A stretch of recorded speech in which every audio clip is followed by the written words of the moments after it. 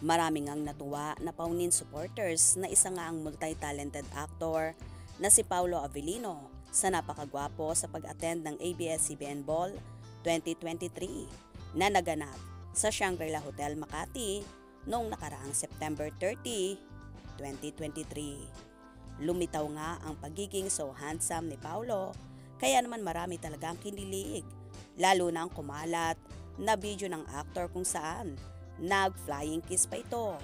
Para nga ba sa nobiyang si Janine Gutierrez ang naturang flying kiss na yon?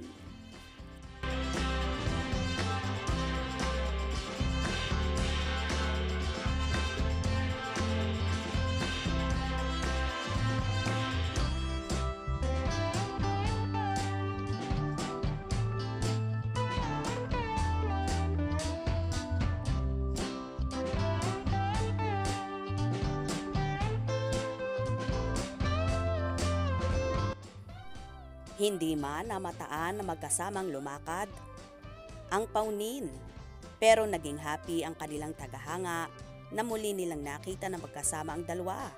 Hindi lang naman sina Janine at Paulo ang lumakad mag-isa, kahit ang magkasintahang sina Catherine Bernardo at Daniel Padilla, sina Francine Diaz at Seth Fidelin at marami pang iba.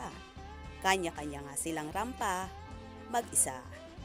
Tila naman ang pag-flying kiss na yon ni Paulo ay sagot sa naging flying kiss din ni Janine. Dahil una palang rumampa si Janine ay nagpaula na ito ng flying kiss sa mga tao roon. At for sure, para na rin kay Paulo. Samantala, nagkaalaman na nga sa event na ito na super duper okay ang magkasintahan. Lalo na nang makita nila na magkasama sa iisang table ang Paunin. Lahat ay nagbunyi at naging masaya nang makita sila.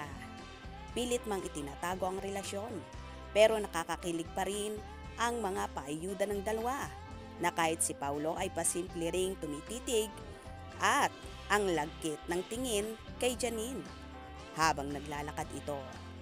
Kaya naman tumutok at huwag na huwag mahuhuli sa mga maiinit na kaganapan, especially sa Paunin updates.